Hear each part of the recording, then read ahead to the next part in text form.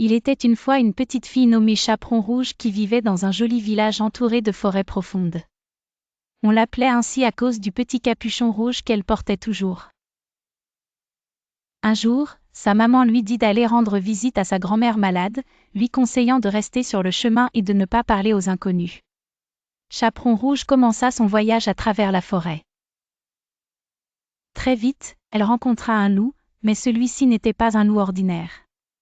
C'était un loup rusé, qui aimait jouer des tours en posant des énigmes et des défis. Souriant, il s'adressa à Chaperon Rouge. « Ah, que dirais-tu d'un jeu ? Si tu résous mes énigmes, je te laisserai passer en toute sécurité. » Chaperon Rouge, bien que méfiante, était aussi curieuse. Elle décida d'écouter ce que le loup avait à dire.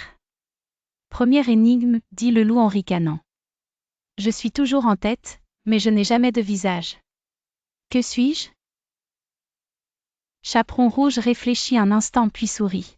« Une idée, répondit-elle. » Le loup hocha la tête, impressionné par sa rapidité.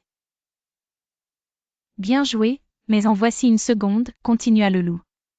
Plus je suis grande, moins tu en vois. Qu'est-ce que je suis ? » Elle pensa un moment, observant les arbres autour d'elle. La nuit, cria-t-elle, sûre de sa réponse. Le loup grogna de frustration, mais il n'était pas prêt à abandonner.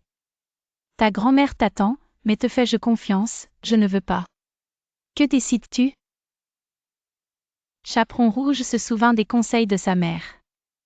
Je décide de rester sur le chemin et de continuer sans te suivre, car tous les inconnus ne sont pas des amis, dit-elle fermement. Arrivée chez sa grand-mère, elle raconta son aventure et les ruses du loup, et la grand-mère rit avec fierté.